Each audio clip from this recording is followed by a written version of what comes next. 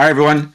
My name is Mina. I work at SiriusXM as a platform product manager, and I'm here to talk to you about what to do when your customers are your coworkers and how to delight them. Let's go take a step first, and I'll introduce a little bit of myself and my journey into platform engineering. So I started off as a typical consumer product manager, B2B and B2C, customers external to the organization. So think of, your traditional finance, applications, retail, healthcare, etc. It wasn't until an experience I had when I was consulting, and I worked on the application side for a pharmaceutical application, and we were delivering some pretty exciting features, but we ended up getting blocked by something called the platform team. And I had no idea what this was at the time. I just knew that that's what our developers were saying was preventing the release, right? The platform wasn't ready, the platform team wasn't being responsive, etc.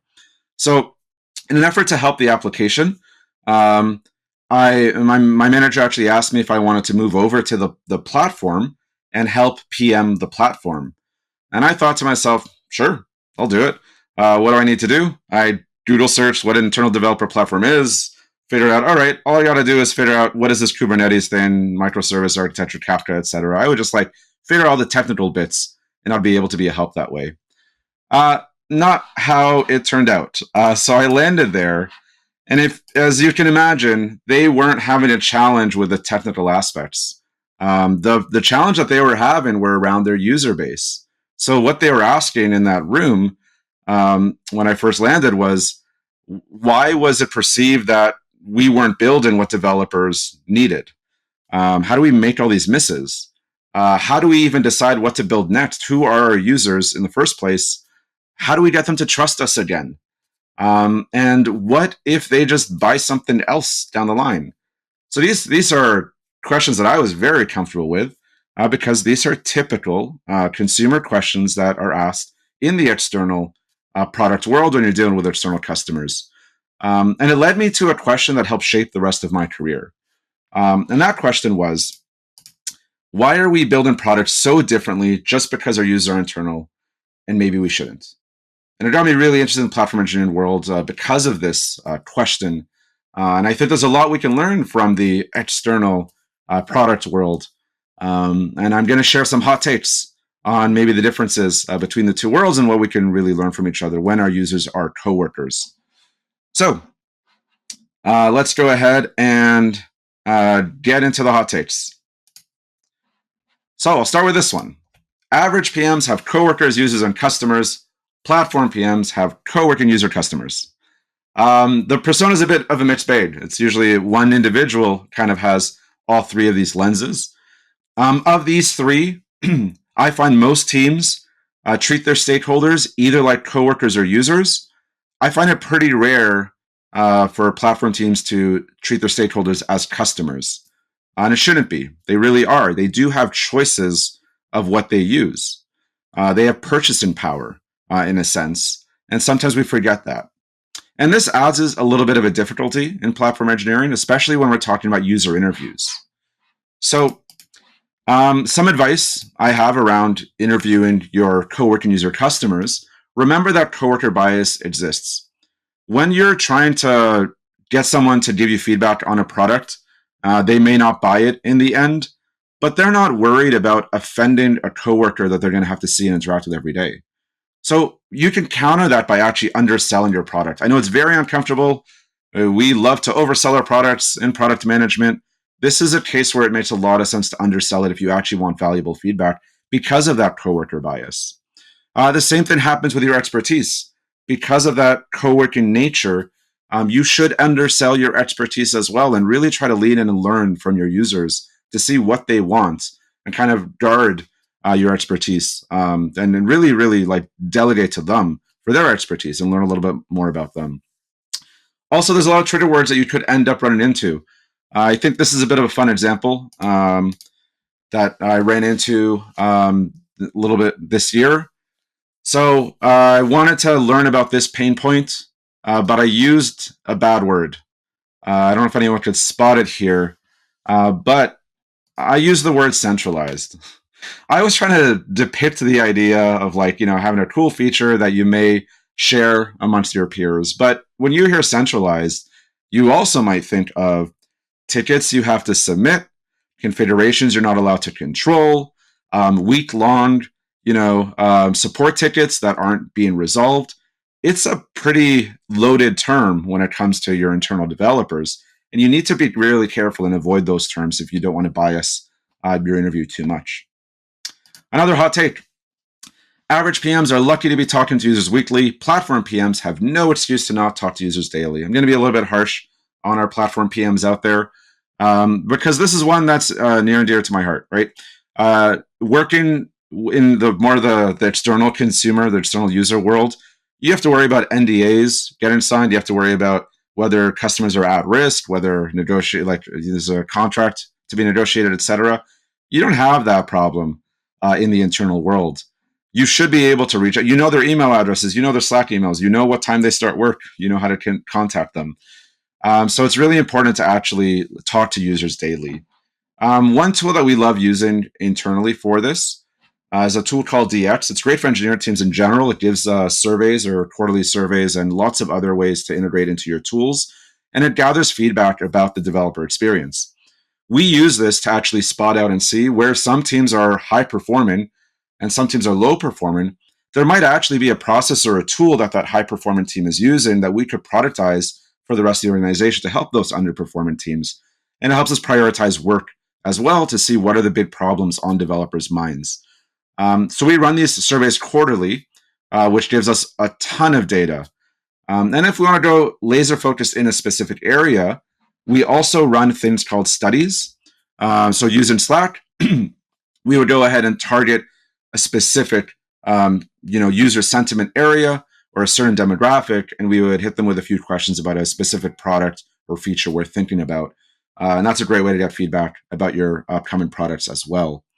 And if you happen to get a bunch of data from a bunch of users, the nice thing is you can aggregate that now. And this is kind of something that we do every now and then. If I'm worried about how a product might land with a user, I might go ahead and launch it into an LLM, give that LLM all the context of our previous surveys with users and actually personify them and say, I want you to build a persona around Sam. Sam is a negative user that's had a terrible experience with, XYZ. Use the actual comments that our developers have said to help build this persona. And you then have a conversation with Sam and kind of let him get a good idea of what developers might think of your product. So you know how to best structure your interactions with that user and what to avoid and what to shape. So you have stronger interactions with them when you actually do talk to users. So another hot take. Average PMs trade value in exchange for revenue. Platform PMs trade value in exchange for time. There's this concept called willingness to pay that we think about in the product world. How much does someone actually value a product? How much money will they pay for it?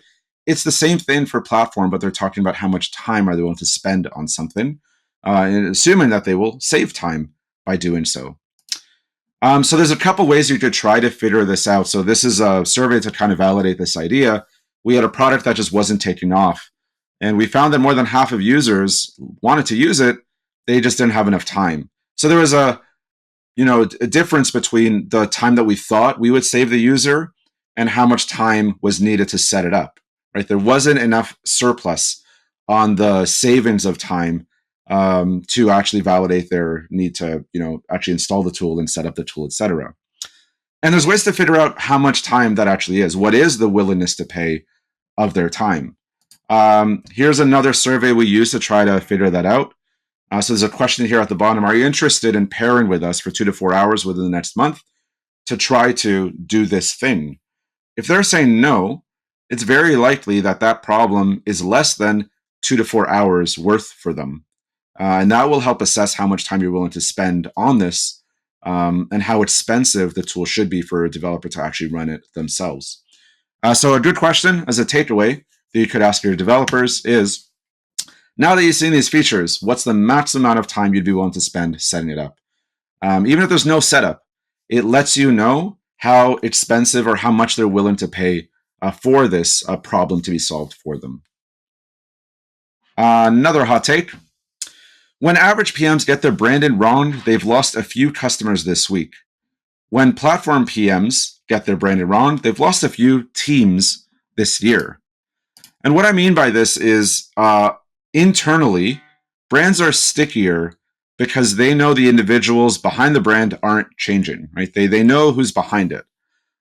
Just imagine if a customer of yours, if you're an external product manager, imagine if a customer of yours knew the email addresses of every customer you ever worked with. Like that's the strength of the social networks within an organization. So if you get something wrong, everyone will know about it. So it's really important you get things right and you worry about your brand. So I'm a big proponent around branding in general, and I think it is really valuable to actually put a brand on your platform. Um, so we branded ourselves as Luna, and you use traditional marketing tactics like figure out what is the CSAT score. Do they trust you as a platform team? Do they trust the brand? Will they pick up a tool if it's your brand name is on it? You can borrow all of these things from the consumer world and target it, even if your coworkers are the actual customers at the end of the day. We're going to take a break from hot takes, and I'm going to give a regular take. I don't know, green pepper take. Average PMs should spend a lot of energy making sure their launch goes perfectly, but it's the same for platform PMs. You need to put in the same amount of energy to make their launches go really well. One of the biggest platform PM sins is to launch something on Slack and not do anything else. So here's some data to prove it. When we announce things on Slack, we get on average a 30% view rate amongst our user base. 30% see it. Doesn't mean that they're engaging, doesn't mean they're talking about it, doesn't mean they're clicking it. 30% just see the message, maybe amongst 5 other messages. It's not enough. So what I challenge everyone to do is, again, let's borrow from the external PM world, and let's think of our users and let's think of the actual marketing funnel. There is a funnel to think about your users. That Slack message might be great for awareness, the first stage of the funnel. But what about when they're thinking about using this tool versus another tool? At their consideration process or that part of the funnel. What's moving them into conversion, actually making that jump? And what's moving them into loyalty and advocacy? So one thing that we do, that we've been experimenting with, is actually creating a launch checklist just like we would for external products. And what you can do with that checklist is you can not only list all of the launch activities you have planned, but you can also categorize them based on which areas of the funnel you're planning to target. Too often do we see all of the activity around a launch targeting awareness, but nothing around conversion, as an example. And this would help balance between what you might want to do around maybe doing a teaser video for a new internal product feature. That's great for awareness, maybe even consideration, but conversion, it might be possible that for that specific feature, a white gloved enablement service might make sense, where you actually are trying to go into a team and converting them by actually helping them set it up in their workloads or whatever their internal tooling ends up needing. So really to think about what are the launch activities that are going to target each area of the funnel to make sure that we can move people from doesn't know about the product at all to a loyal advocate of the product. So I'm going to leave you with 3 big takeaways at the end of this. So just 3 simple ones. So 1, think customers, not coworkers. 2, interview daily, not weekly.